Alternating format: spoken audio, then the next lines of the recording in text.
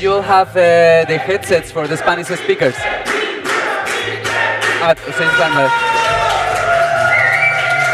Do you all have, okay, headsets, okay?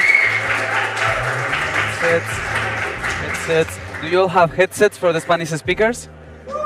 Okay. Check in. Ángel. Es que hay mucha gente que creo que es española y les estoy preguntando ahí. Do you all have the headsets for the Spanish speakers later on? Yeah? Do you all have the headsets for the Spanish speakers later on? You're Spanish. Vale. Pero también para los ingleses. Es que como casi todo el mundo es de Europa, por eso estoy diciéndoles eso. Pero si también quieres tener traducción de los ingleses,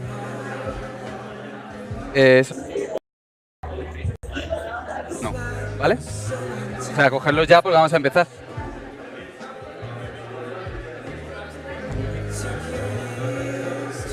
Okay, we can go. Reminder for everyone. Yeah.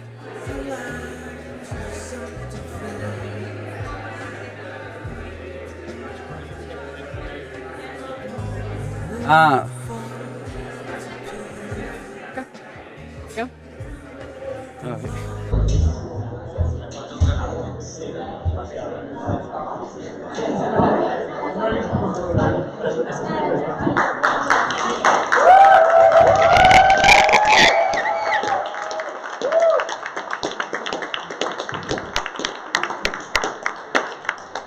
So welcome at the Be Brave Green Europe event. We're so excited to have you here. There's been people that have almost been in the bus for 3 days to travel here together. So we've been all over Madrid. We've been doing different actions. We've been exchanging knowledge with each other. So being here gives us chills.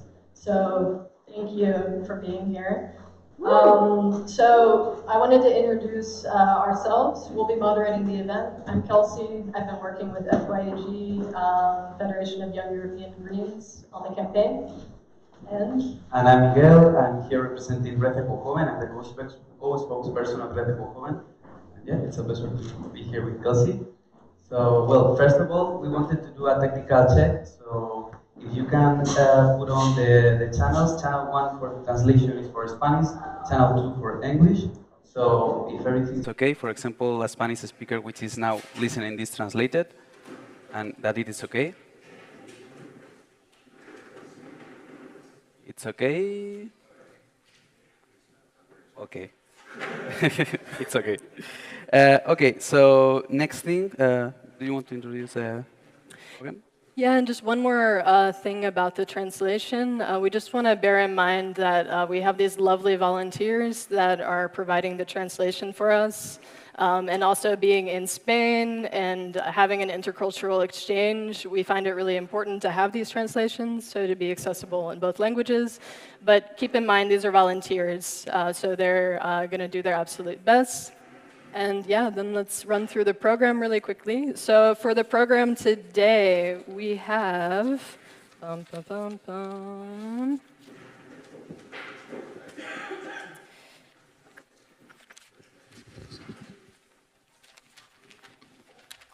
we go. You have this here. Yeah, thank you. So for the program today, we'll have a welcome of the co-spokespersons of Federation of Young European Greens. They're going to get us rallied up. Then we'll have someone from the European Green Party present and talk more about that. We will have some introductions and some pitches from young candidates that are candidates in the European elections, so you'll get to know them. Then after that, we'll have a welcome to Madrid with Inés Sabanez to talk more about the local context. And then we will have Florent Marcellesi, which is a Green MEP, who will talk about Greens in the European Parliament. After that, we'll have a discussion with some really amazing activists from different movements. So we'll talk about the European Parliament and the transition from social movements into the streets. And this will be an active discussion moderated by a young candidate, Mathilde. After that, we'll have a break with an artistic performance. And then we'll close with bringing the green wave with some young candidates giving rally speeches. Yep. So thank you for that. And well, now we want to present and to introduce to you the two rocking stars of the FYAG, which are our two co-spokespersons, Katri and Susanna. So let's give her a hand.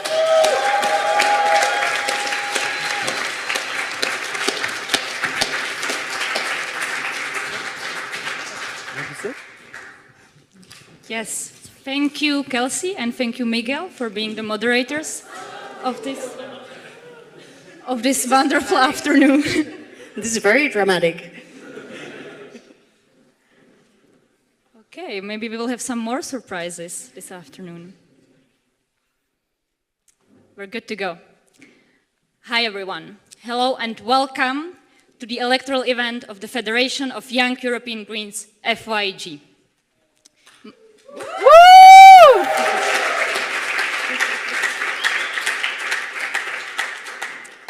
My name is Susanna. My name is Katri.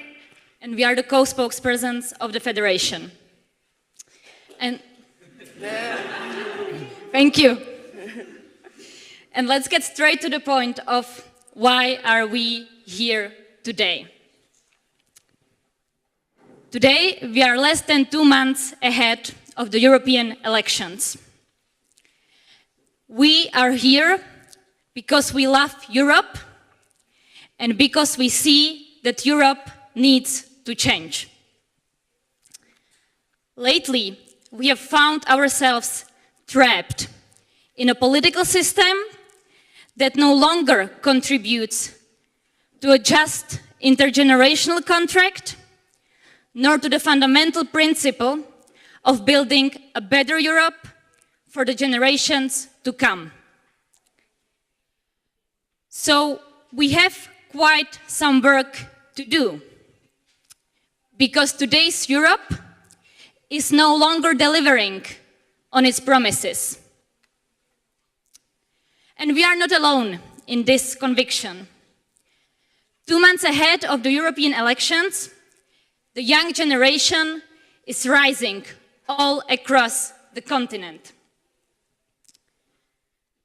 Hundreds of thousands of young people are rising to call out the inaction of current politicians on what is the single biggest challenge humanity is facing at this very moment, the climate crisis. But the youth is not only rising for climate action. As young women, we were thousands on the streets on the 8th of March, demanding our right to live free from violence and harassment, our right to decide over our bodies, our right to a fair share of power.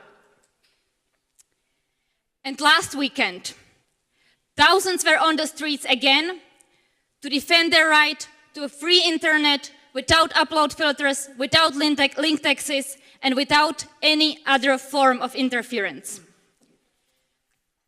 The youth is on the move, and now is the time to be brave and demand a better Europe for us and the generations after us.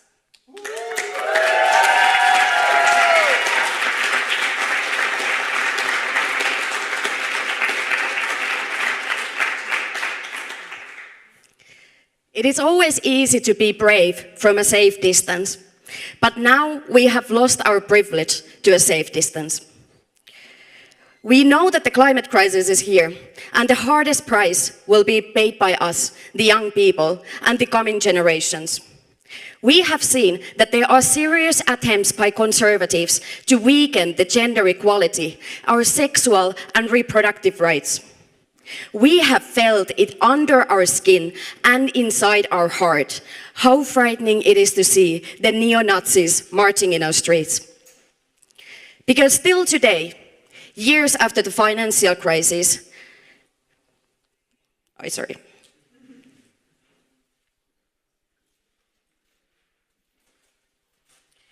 Years after the financial crisis, young Europeans continue to face the challenges that were ultimately caused by yesterday's men.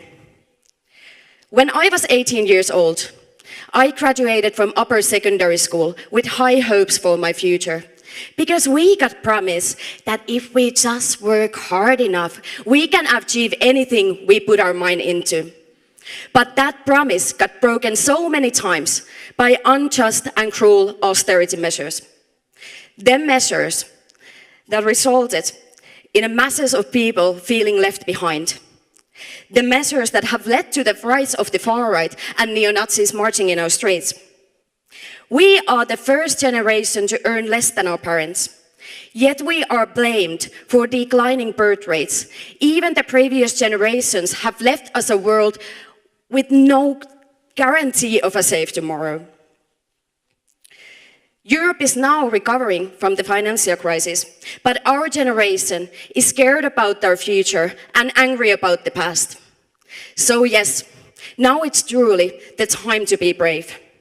And it takes a great bravery to be a young Green and say it to the apathy, to the faces of cheap populism and status quo politics, that we still believe in our common European project, and we even believe that it can be better. Because it can be better with welcoming societies, where nobody has to be scared of being attacked in the streets because of who they are or who they love. Where women don't have to be afraid of being harassed, and feminism is an actual policy and not just a nice word. Where young people don't get bounced from one poorly paid internship to another, but our work is valued and compensated like anyone else's.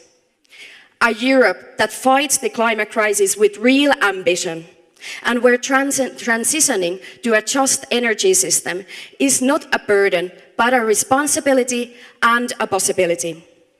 And if things would sometimes go wrong, we would be met with the universal basic income to guarantee us both our right to freedom and prosperity.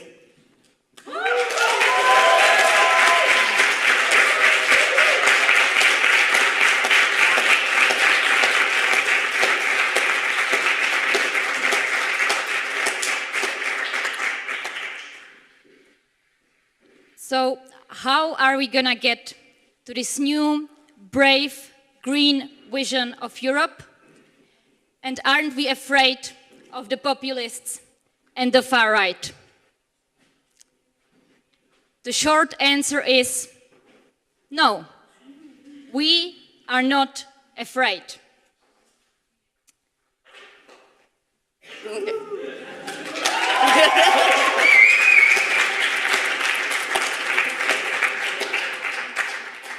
Because if the European project is today in danger, it is not primarily because of the populists.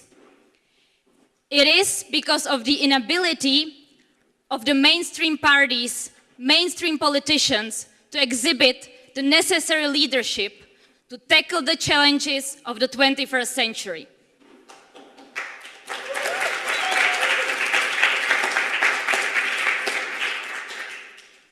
So no, we are not afraid of the populists. We are angry.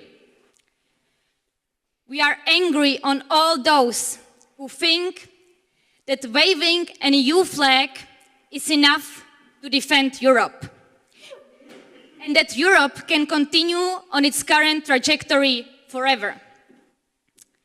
We will not defend Europe by defending the status quo.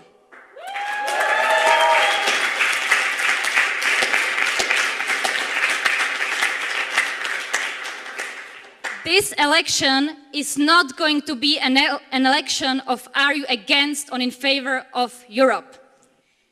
This is going to be an election of what kind of Europe we want. Yes. So now is the time to go to the streets and wave the green flag high. Now is the time to let everyone know that we are not giving up on our Europe. That this generation is going to fight even more fiercely. But we're going to fight for a different Europe. We're going to fight for a Europe that is sustainable, social, feminist, welcoming, and inclusive space for us all.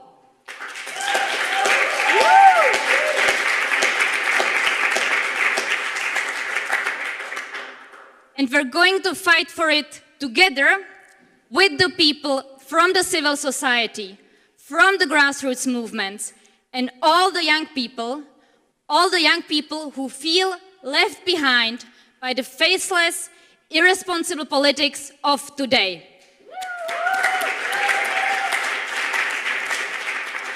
So let's be brave, let's act, let's change Europe together this spring.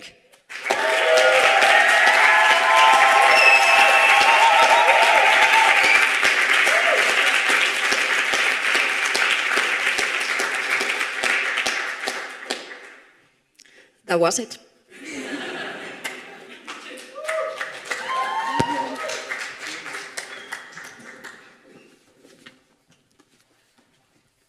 Wow, I'm pretty speechless right now. I actually saw some people standing up out of their seats, ready to wave the flag, the green Europe. So, yeah, I want to thank Katri and Susanna for these words, for being brave, for standing up. And then I also want to thank Red Equal for being a co-organizer of this event. Miguel has also been contributing to this. And also I want to thank the European Green Party for co-organizing this event with us. And I want to invite Evelyn Heitebroek up onto the stage for some words about the European Green Party.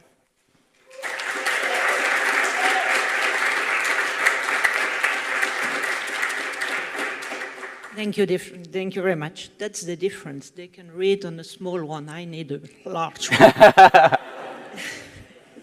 So, yes, I'm Evelyn Heitebroek. I'm from Brussels. I'm also member of the committee of EGP. Yeah, I have it here. I'm regional MP, and I'm also local councillor in Brussels. And so I'm here in the name of the committee for an introduction because, yes, we co-organize this event and we are very proud to see that there are so many young people coming from everywhere in Europe coming here to this event. And first message, I was thinking this morning, what shall I tell to them? And I don't want to be a veteran, but I want to remember something of my personal life. And so it was in '82, and I was 24, when I decided, yes, you calculate maybe, when we began the Green Party Ecolo in Brussels. It was my first elections, local elections, and our thematic was anti-nuclear, feminism against all the dictature, another mobility, anti-fascism. And we were then maybe 100, 150 persons in Brussels for Ecolo in Groen. And then at this moment we were considered as very naive. As original, as idealist, not serious people, because we're also all young people. And the majority of the other parties say that we will stay maybe 2, 3, 4, 5 years maximum. And 2019, 37 years later, as you said, thousands and thousands young people protest every Thursday against, Thursday it's in Belgium, in Brussels, against climate change in the streets of Brussels, but I know also in other cities in Europe. And they don't only protest, they also speak in the radio, on the TV. They even go to the parliament. They are invited also in the commission to speak for climate change, but also not only for that, also for another society, for another way of life, another consumption. And they are not 24 like I was, they are 14. For me, really, I can say you that it's a wonderful hope for the future. I'm very, very proud of that also. Maybe it's a little bit because of our fight during 35 years, I hope also. But be careful. Be careful because all those young people are waiting for really more than a kind support. They want action from the politicians, of course, but also, it disappeared. Okay. From the politicians, but also for other sectors, from economic sector, from trade union, for all the population. And that is really in the heart of our action, our campaign, our slogan. Let's act together for the next future, not in 50 years, but for tomorrow. And I heard this morning something I like, is someone who said, the climate generation is born. Maybe, yes, I think so. I hope so. Now, what we call the green wave may be more significant for the moment in Belgium, Netherlands, Germany, must be also the youth wave. Today, I'm so happy to see the presence of so many young candidates on our list, European list, but in Belgium, the same day, we have also regional and federal elections, and we have many young people. For example, on our European list, the president of the Young Ecolo, from Young Ecolo, is 5th on the list. It's a very good place, and he is 21.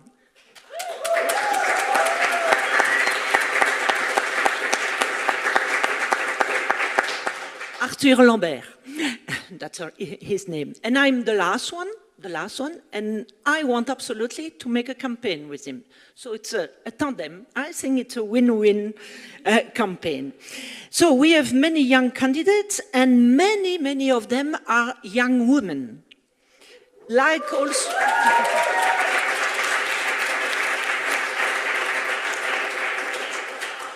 So I can assure you that this movement gives us enthusiasm, new energy, I hope renewable, because it's our responsibility. We, the ancient, as I say, politicians, we have to ensure that our rights will continue, our fights will continue stronger.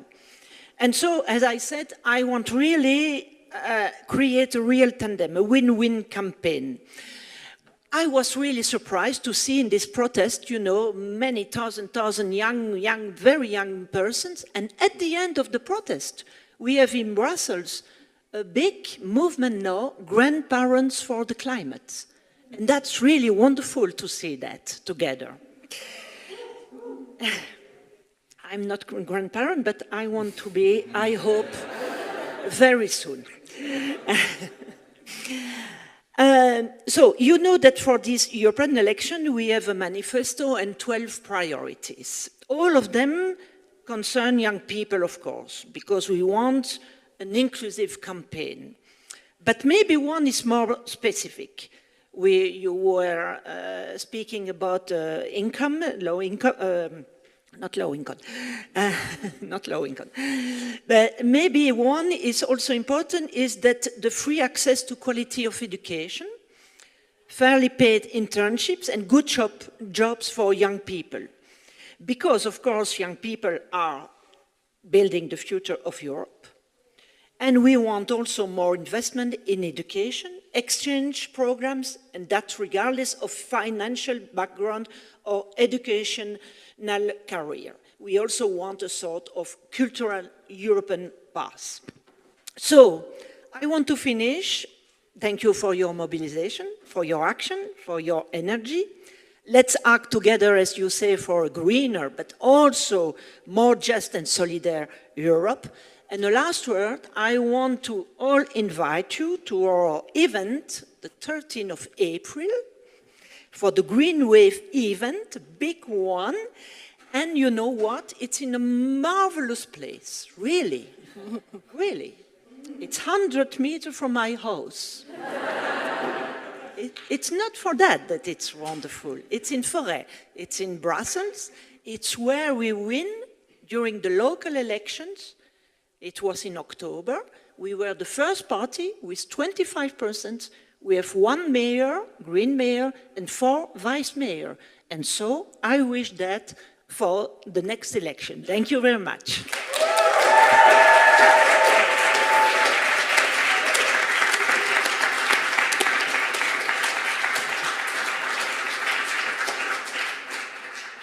And we want to thank you, too, for the wonderful words of inspiration, and also for, after the event, you're welcome. You can also get one of these incredible campaign. Oh, you already have one of those. Great. Well, maybe at the event you can wear the Be Brave. Okay. So now I would like to introduce the young candidates onto the stage to introduce themselves. And without these young candidates, this campaign would make no sense. So I want to have you give them a warm welcome for being brave, for taking the floor, for facing their own fears, because campaigning is not always fun and games. So they deserve a thunder of applause. So I want to welcome you, the young candidates.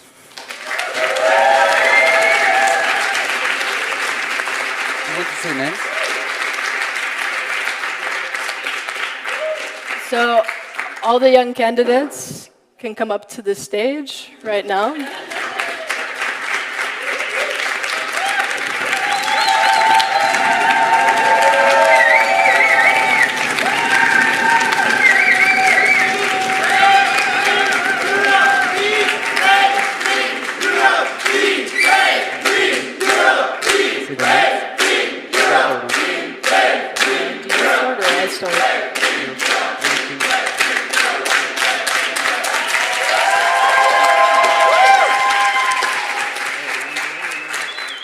So I have the pleasure of introducing Kim van Sparretak, former FYAG Federation of Young European Greens spokesperson and number 7 on the list for the Netherlands.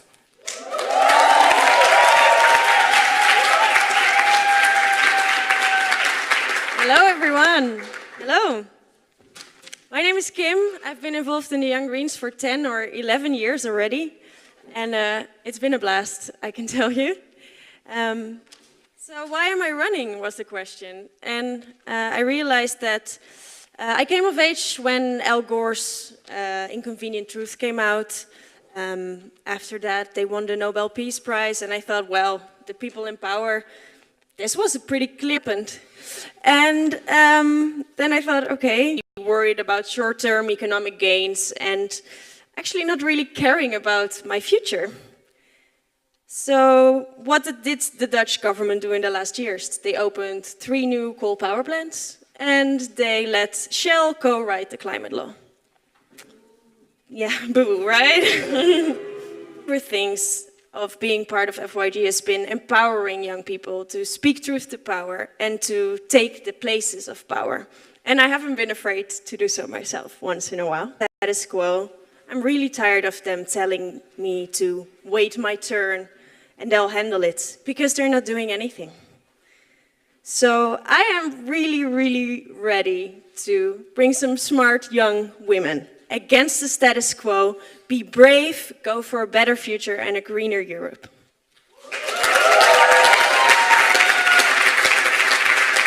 Okay.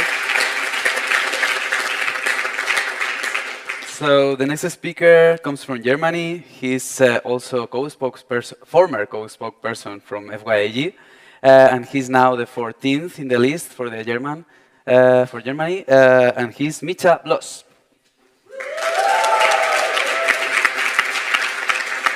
Yeah, I'm Micha, and I'm running also for the European Parliament, as you know, and I'm probably going to make it, well, inshallah. And I think I have to owe a great piece of this also to you, to FYG, to the Young Greens, Because I guess without you, without our movement, we are nothing. We can only do this together. And I came to the Young Greens, and it was a long journey. When I was young, I had always this discomfort. I don't know whether you had this as well, this discomfort with the current situation. I was young, and I know that somehow the climate is going to be destroyed. There is extinction going on of a lot of species, and nobody's doing something about it. But also that I myself, I'm from a really rich region in Germany, maybe one of the most rich regions in the world, but I come from more like a working class background, and also there is discrimination and there is injustices happening.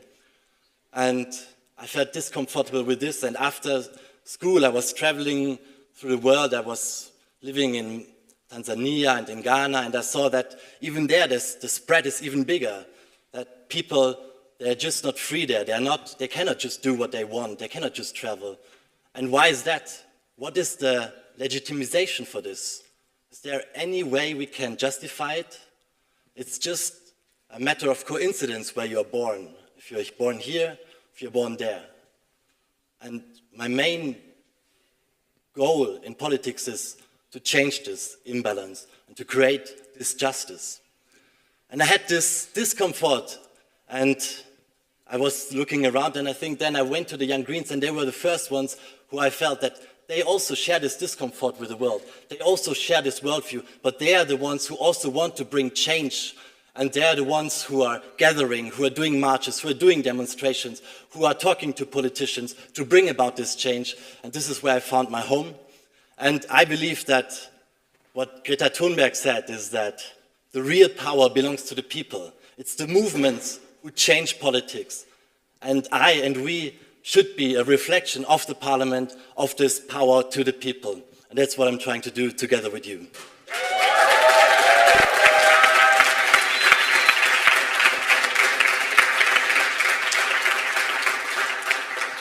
Thank you, Micha. And I want to now give the floor to Elena Montero, young candidate on an electable position in Spain. Hi. Does it work? So yeah, hi, my name is Elena. I'm also co-spokesperson with Miguel from Verde. I'm very glad to have you all here on that long trip that you make. Thank you. And I just wanted to give this little space to the team that we have here in Spain, because if I'm here, it's not only because of my willing to end climate change and fight it, or to end injustice in Europe, but because they really encouraged me to run for this position. So I'm really glad that we finally did, because it's been a long work, and because I really believe most of our personal stories are going to be quite similar. At some point at a young age, we realized that this was not the world we wanted to live in. And I just really want to think that we here in Spain, with such a small team, we could make we could help the green wave race a little bit with all this little group that we have, and that's what I want to put in value today, that we Greens might not be the biggest group of or the most strongest yet, but we and each of us, we are the most valuable people to every project that we're in. And in this European project, we're vital. So I just want to...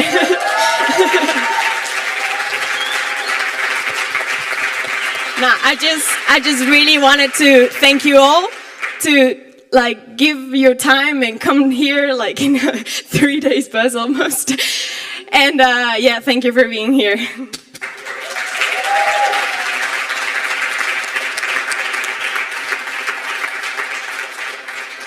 Okay, thank you, Elena. It's not that I have a favorite, but... So now let me introduce to you to Greg Sazar from Hungary.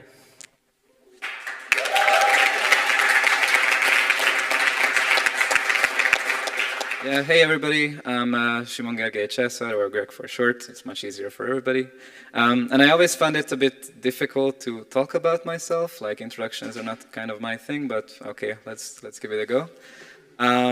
So my first kind of experience with civil activism was in 2013, when all of Hungary was protesting against a law which basically limited young people's rights to get into higher education without having to pay for it. And it was something that really changed my perception of how I see politics, because it was so empowering to see so many young people on the streets, not only in the capital, but also in my hometown. We were 10 people freezing out in February in the main square of my hometown, in front of the town hall. And that was something that really pushed me on. And in 2015, I joined the Green Party, so I cannot really claim that I have 10 years of experience, because yeah, the Green Party just turned 10 years in Hungary, so it wasn't really possible. And yeah, the reason why I'm running for the European elections is that I believe that the biggest challenges that Europe are facing right now are not defined by member states' borders. Air pollution doesn't stop at the Schengen area. Toxic waste which is put into the rivers do not really care what language the people speak around the river. It's going to kill them all. And yeah, national legislations cannot overcome the precarious situations of young people in many countries, for Spain, for Portugal, Poland, or Hungary, because it is defined by the trade that is happening in the EU, and is defined by those tax havens which the European Parliament just recently said that they exist in Europe. So the reason why I want to run for the European elections, and the reason why I'm running for the European elections, is to change that, because I think that these challenges can only be addressed on an international level. Europe stands there as a guarantee, Europe stands there as a balance for us, and I want Europe to be more just than a peace project, because I hear a lot of people talking about Europe being a peace project, and it's true. Europe has been at war for many years, and it brought people together, but I want Europe to be more than that. I want Europe to be a social guarantee. I want Europe to be the main fighter against climate change in the international scene. And we can only achieve that if we get into power as Greens. So let's be brave and let's green Europe.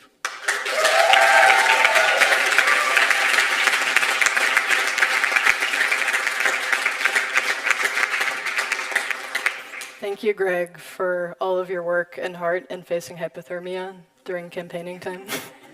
Or potential hypothermia. I would like to now give the floor to Antoine Teffin, candidate in France. Yes, hello, thank you very much. So I'm Antoine, I'm from France, in family at all. They all voted like center-right, now they're big fans of Macron, but actually, they were teaching me all these small things about the environment, like turn off the light when you leave the room, select the waste, all this kind of stuff. And then at some point, when I grew up, I started to realize, okay, these small gestures are not enough. They are not enough. It's not enough that I do not let the water flow when I brush my teeth. If a big company is wasting billions of quarter meters of water at the same time. And this is why I decided to take action. And this is why I joined the Young Greens. And I joined the Young Greens also because in France we say that we have one foot in the civil society and one foot in politics. And I think that we are in such an urgency that we cannot only walk and get up on only one of these 2 foot. We need to act with these 2 feet. And this is why during the weekend I'm going to Germany, in Ende Gelände, to block coal mines, and the people I'm blocking these coal mines are right here.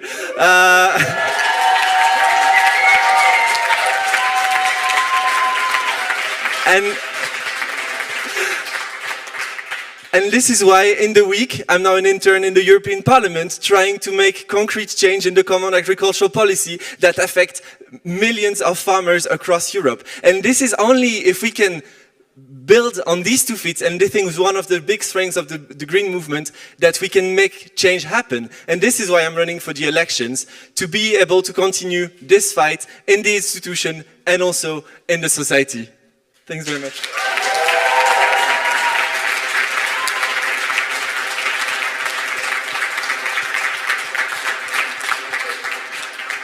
Thank you very much, Antoine. And now let's go back to Germany. And let me introduce to you Malte Gallet. Thank you.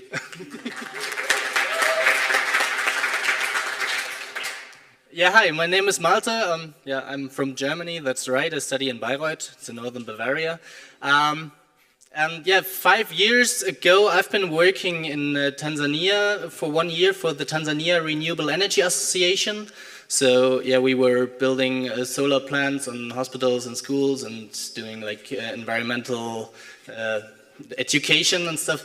And during that time, I experienced these huge economic and infrastructural differences and inequalities between like global north and global south. And so when I came back to Germany, I was thinking, okay, what can I personally do to fight this? And yeah, so I started studying philosophy and economics, and I started working for Amnesty International and UNHCR, WWF in fundraising. So during all my holidays, I was traveling all through Germany. I've been to over 60 cities so far where I've been to. And I've been talking to thousands of people, well, with other young, motivated people together. And none of these people that I talked to, they were actually saying, okay, I support that economic system that we're living in. None of them is supporting that, and all of them, yeah, just have no other option than to live in that system. And they say, of course, I can live a sustainable lifestyle. What does it change if politics won't change? Try it. I will go to politics and I will try to change that. And the European Parliament is the exact place to do so, because this is where we decide over trade. And yeah, this is why I want every product that we import to the EU not only to fulfill quality standards, but also to fulfill environmental and social standards in their production. I want every product that we import to be fair trade, because I really believe this is a super powerful tool to first fight climate change and to fight poverty. And yeah, that's why I'm standing here.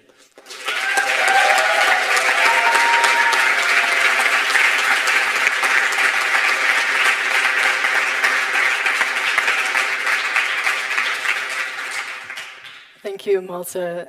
And now we're going to switch back to France, to Mathilde Tessier, a young candidate in France. Hello, everyone. I was born in a family where we talk a lot about politics. And we were talking a lot about how dramatic were the attacks on public services and social rights when I was 16. And I was like, it's good to talk about it, it's interesting, but it's not enough. And so, a bit like Antoine actually, I decided to take action. And I joined the Young Greens in Besançon, where I came from. And I thought that politics weren't a real job. So I started to study engineering, and in the last few months I graduated from energy economist and engineer. And now I'm doing a PhD on the energy transition, and I was like, it's good, but it's still not enough. And I now have a job that fits my values, but I want that Europe also fits my values, and that's the reason why I'm a young candidate.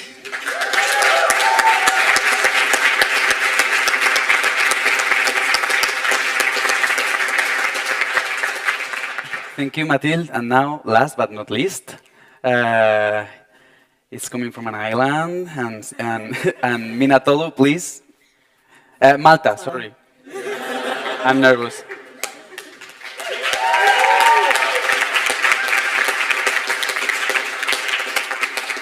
Thank you. Yes, my name is Mina, and I'm a young candidate in Malta for Alternativa Democratica, the Green Party.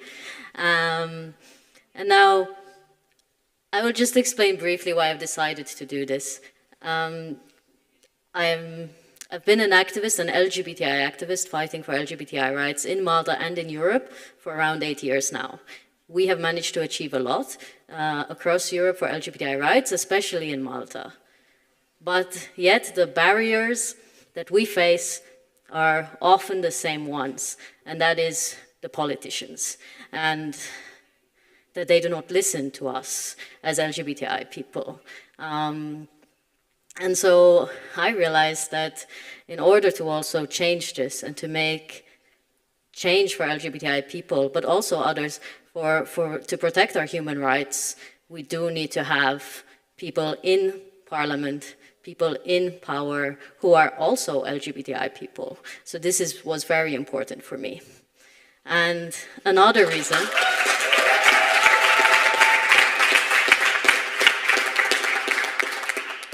and perhaps the more important one, was that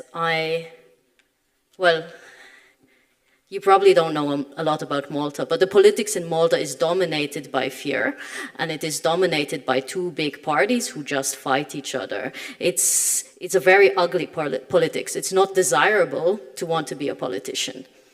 However, I lived for some time in Berlin. I experienced a different kind of politics, and I realized that it could also change in Malta, that we could have a more honest and open and hopeful politics, that the current rhetoric of fear, that the current rhetoric that is really hostile towards many, can be changed. And so this is why it was really important for me to be a candidate for the Green Party. Alternativa Democratica have been for 30 years the only alternative in Malta, a constant voice against overdevelopment, committed to human rights, and this was very important to me.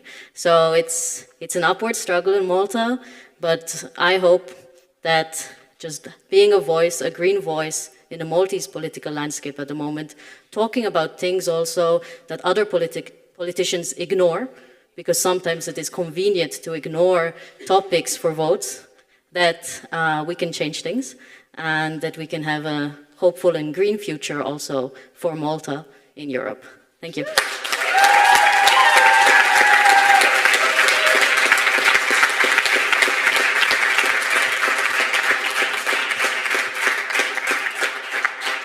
Okay, so thank you all of you, and now you can go back to your seats. You will have more time later, don't worry.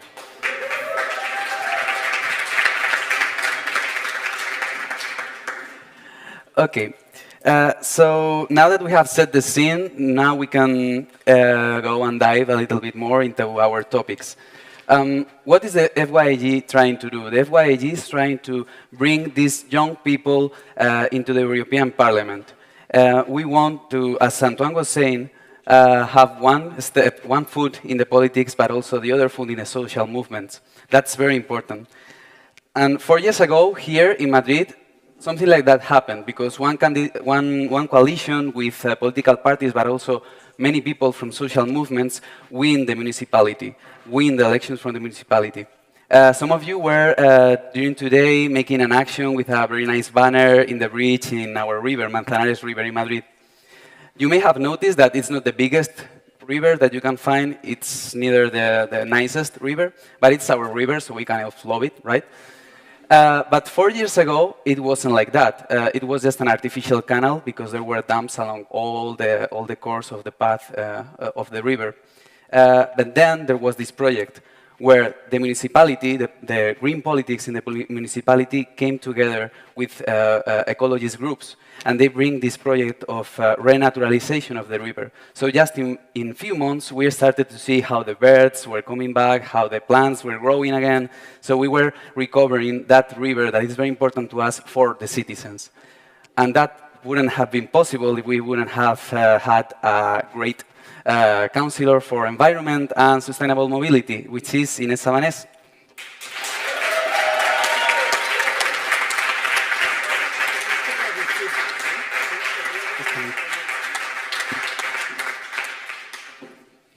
Bueno, muy buenas tardes, un honor Good evening. It's an honor to be here. Y un privilegio poder estar aquí con vosotros y con vosotras. Tengo que hablar despacio, ellos tienen... Sí, despacio para que ellas... Para que ellas, vale, quiero decir que ellos tienen... Bueno, yo creo que es un momento donde... Un momento muy importante, porque hay dos cuestiones para mí que son esenciales. Por un lado, y yo hablo desde el punto de vista de mi país y de mi ciudad, pero que tiene también su correlato en Europa, hay unos momentos de gran riesgo a la vez que unos momentos de gran capacidad de respuesta. En la medida que seamos capaces de tener más capacidad de respuesta que able to have a quicker response than to resign ourselves to the risks that are today in politics, at least in the Spanish politics, pretty clear. We can move on and transform, but in any case, there's no country or group or city that can take action because the risks are very big.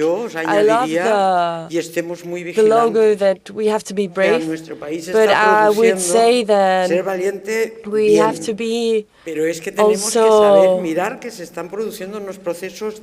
cautious.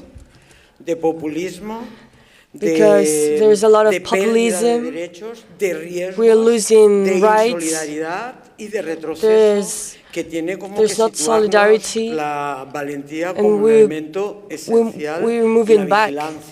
We're going back, and we have to watch out the risks. And with that, there's a new... There's like a new framework that favorizes, at least in the city, a bigger consciousness of the climate change, pollution, and things that were seen as more partial or things like a small thing became as a general conversation of all the population. This is very important. This is the opportunity.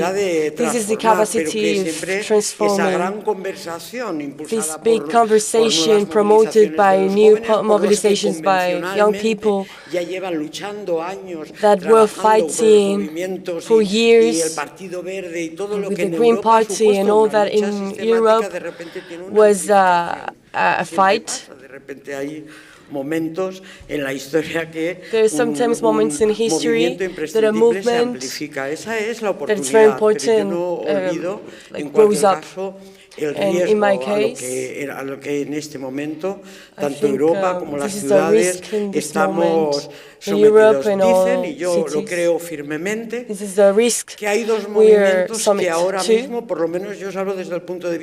And from my point of view, at least from the point of view of my city, I think there are two movements that are a very big capacity of transformation, and that they went to being a movement of consciousness and very activist groups that went from that to a movement of young people, of feminism and ecologism.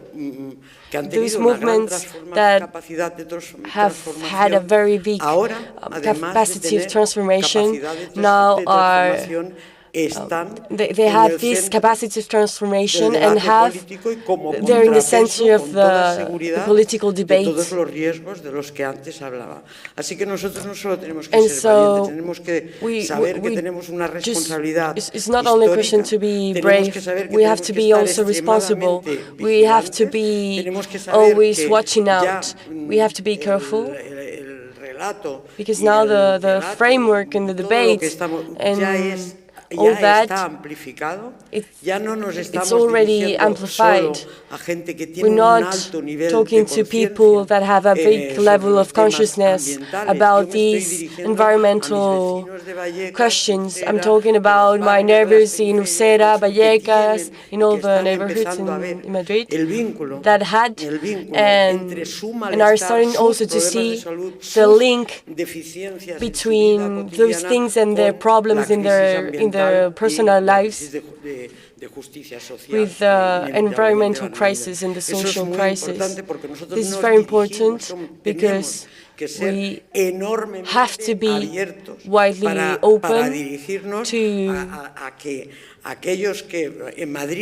to talk to address to those in Madrid, for example, when we ran the presidential campaign.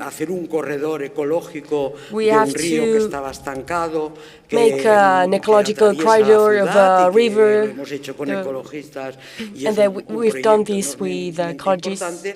And this was a very, very important project. But there's also another project that has to do with the deficit situation, with pollution, and with the obligation of fighting climate change, with the Plan A of quality of the air and the climate change.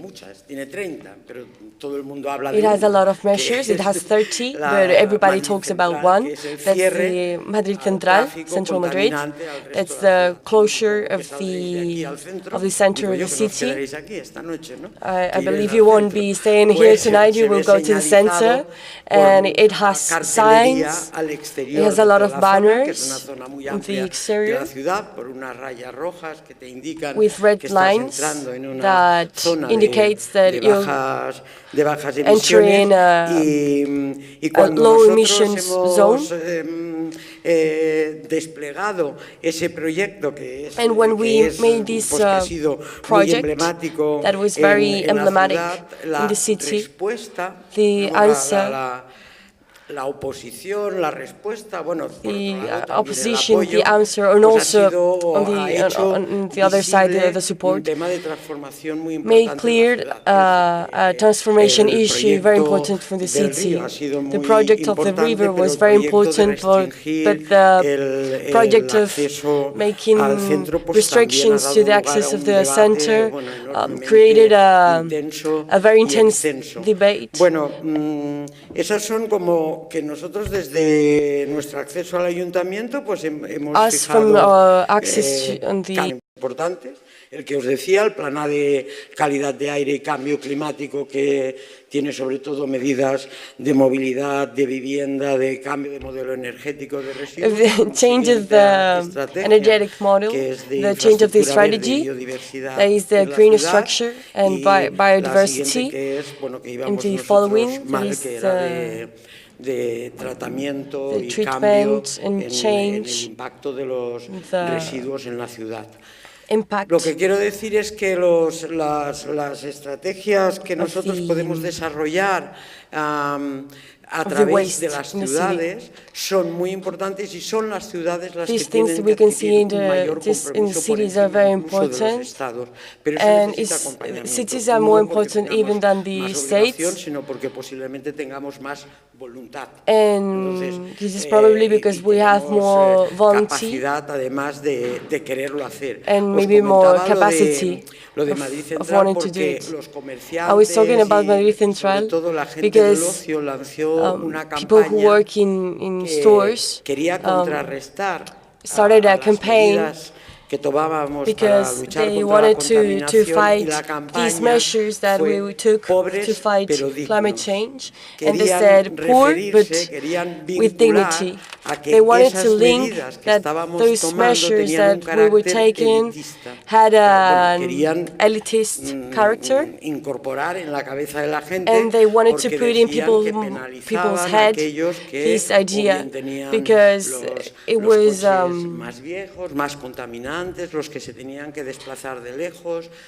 it was bad for people that had to, who were coming from long distances, and they were talking about non-solidarity, and this is obviously not, this has nothing to do with the measure we were taking. People use the public transport, the bicycle, and the effects of the people who pollute and people who use the vehicles are the ones who are damaging the districts that are more poor in the city. I insist, I know that not happen to you, but here in our country, that is a Mediterranean country, in which it's very difficult to make people to move on and to transform. We have a speech that is very focused in peoples, in the centrality of the people, in people who live outside, in people who have to go every day to work, in people who have health issues. And I think this is the part, the most important part, that we can and we have to help to, and also you have to help us to throw this in that direction, and to make this transformation and this change. It's very important to understand this. It's very helpful, but we don't need space to not face these changes, but we have to never look on the other side. In a speech of the majority, because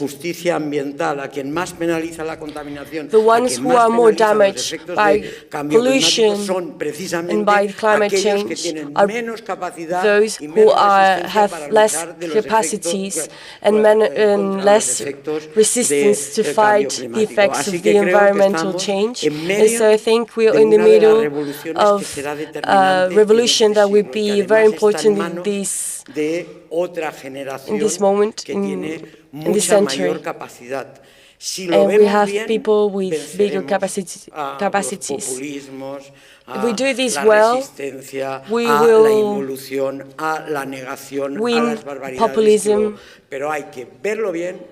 but we have to see this well,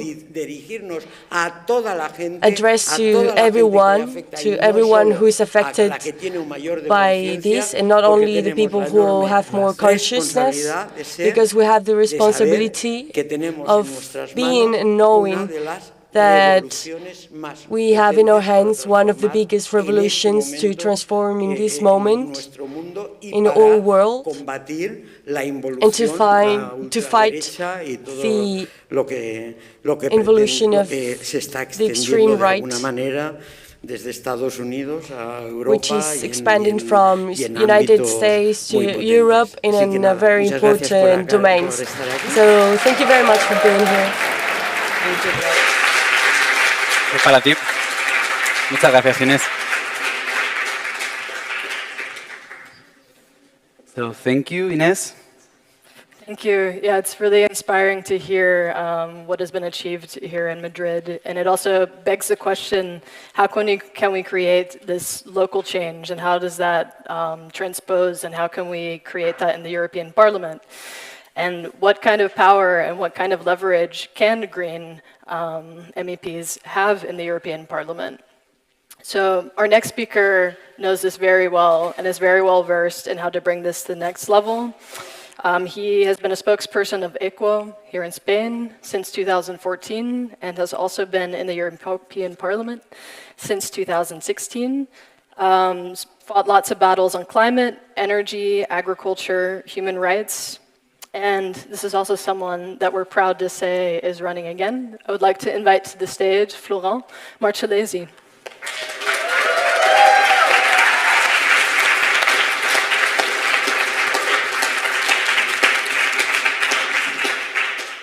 How do you feel?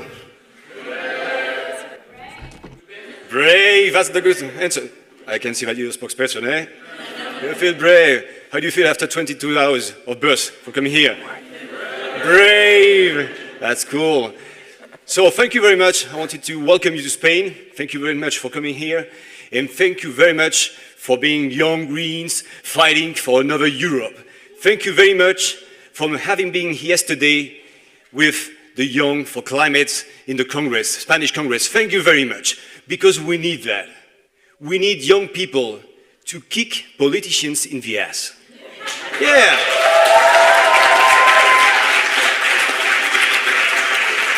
Because you're right. That's an emergency. That's an urgency. That's a climate urgency. And we need to take actions. We need to take political actions. Well, that's true that nowadays everybody is Greens, right?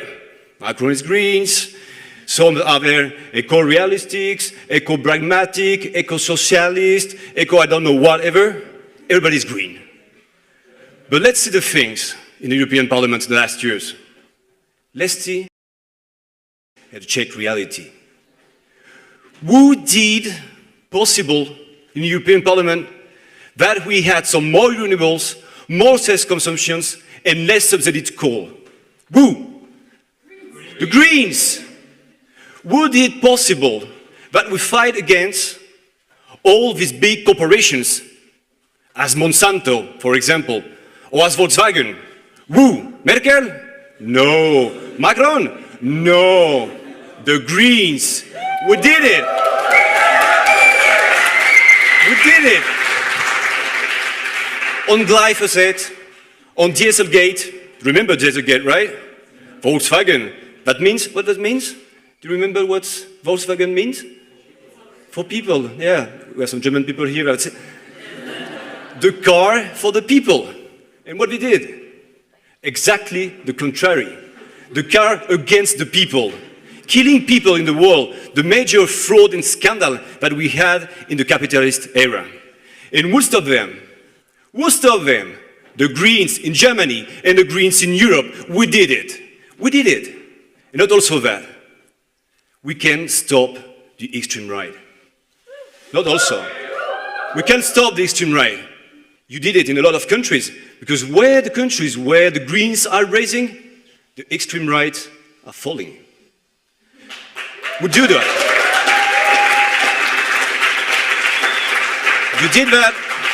You did that in your country, and we did it in the European Parliament.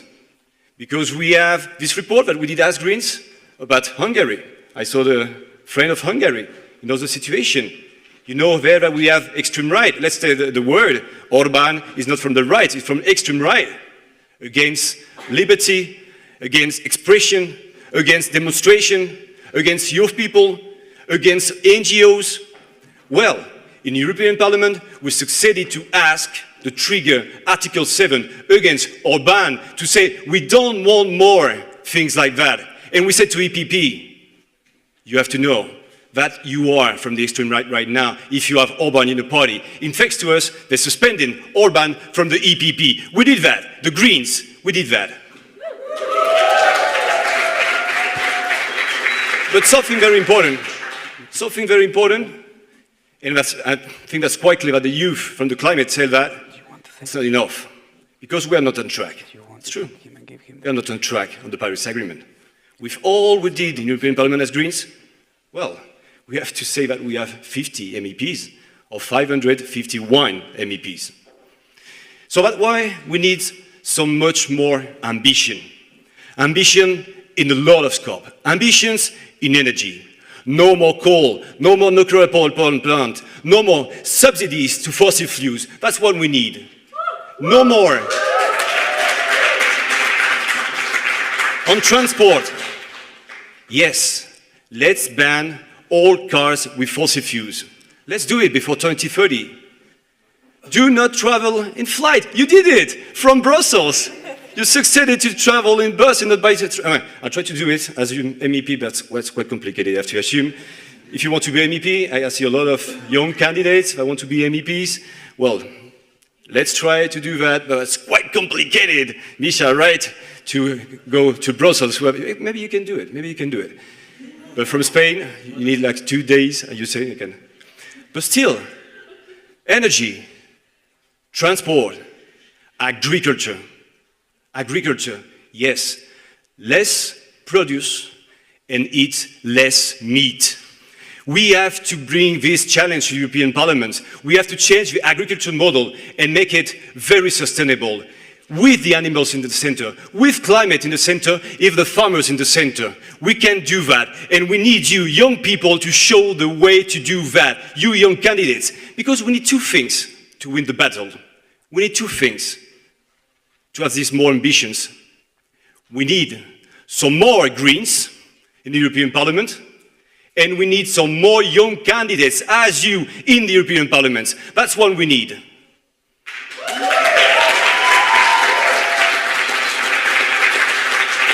And just a last word to finish on that. Just a last word. You have to know that my grandfathers were Polish. They met each other in a refugee camp in Germany after the Second World War. They went to France to find a better life. And now I'm a Spanish MEP. Well, everything's possible. They knew what war means. Don't take for granted peace. Don't take for granted prosperity. Don't take for granted democracy. Peace, prosperity, democracy, you have to win it. You have to fight for it. You have to defend it. You have to improve it every day, every day. You are young people. You want to have 70 years more of peace, prosperity, and democracy. Fight for it. Be brave. Win Europe.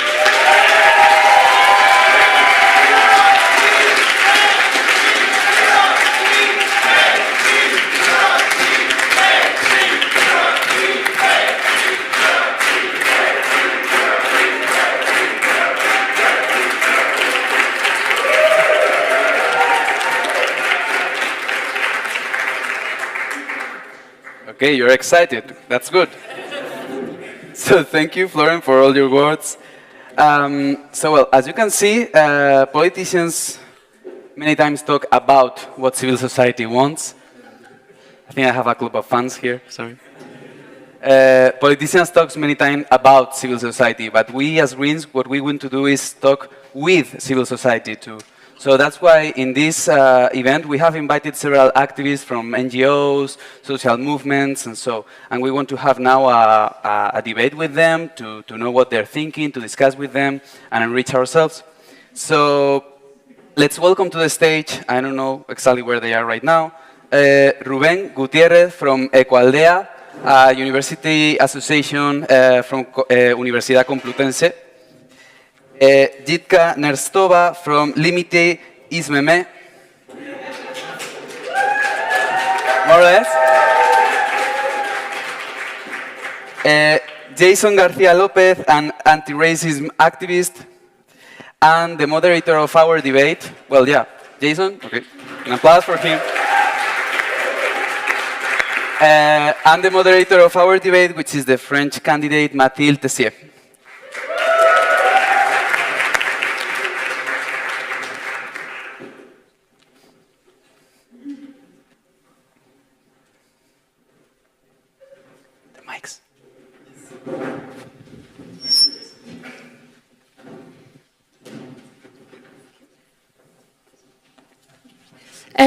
So, as you may see, we have 2 empty chairs here, which means that obviously we're waiting for other speakers.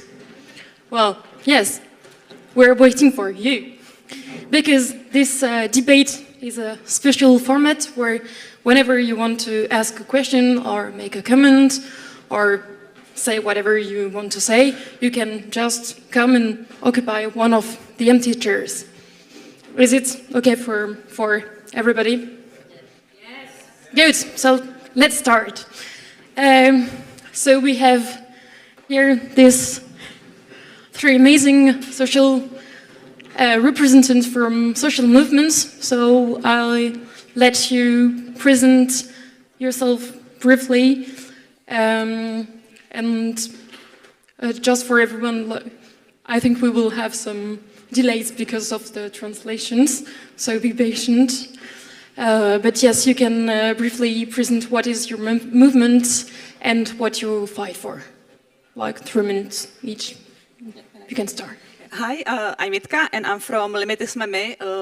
We are the Limits, which is a Czech grassroots movement fighting for climate justice and just end of fossil fuels. And maybe I start with just a few words about my country.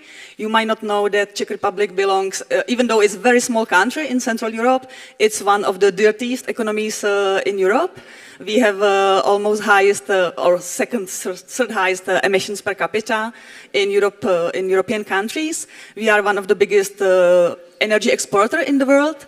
And recently, in the recently published Global Air Quality Index, 26 out of 100 of the dirtiest spots in Europe lies in Czech Republic. So you can see we have a big trouble. And our movement started in 2015, in the year of Paris Agreement, where our government, instead of energy transition, started to discuss the enlargement of coal mines. And at the time, a group of young students, university students, decided that they strongly disagree with it and that something needs to be done. And they came out with a pledge of civil disobedience.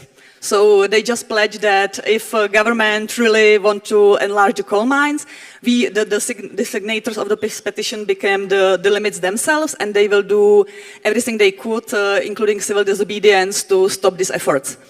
And within a few months, this petition got more than 4,000 signatures. So we saw that there is a huge potential for building a movement. And we organized demos all around the country. We did a lot of happenings, media communication, etc. And we partly win. The government decisions wasn't that bad as we expected. So there was a partial win, but it gives us a lot of energy. And year after, we came to Germany, to Ende Gelände, and we found a way what we should do. And year after, we organized the first climate cap in former Eastern Europe. And it was a huge success. We got a huge media attention, and our movement started to grow. So this year we are going to organize third climate camp, the third big action of civil disobedience against the coal, and you are warmly welcome. So if you don't have plans for first week of July, please come to Czech Republic and join us in our efforts.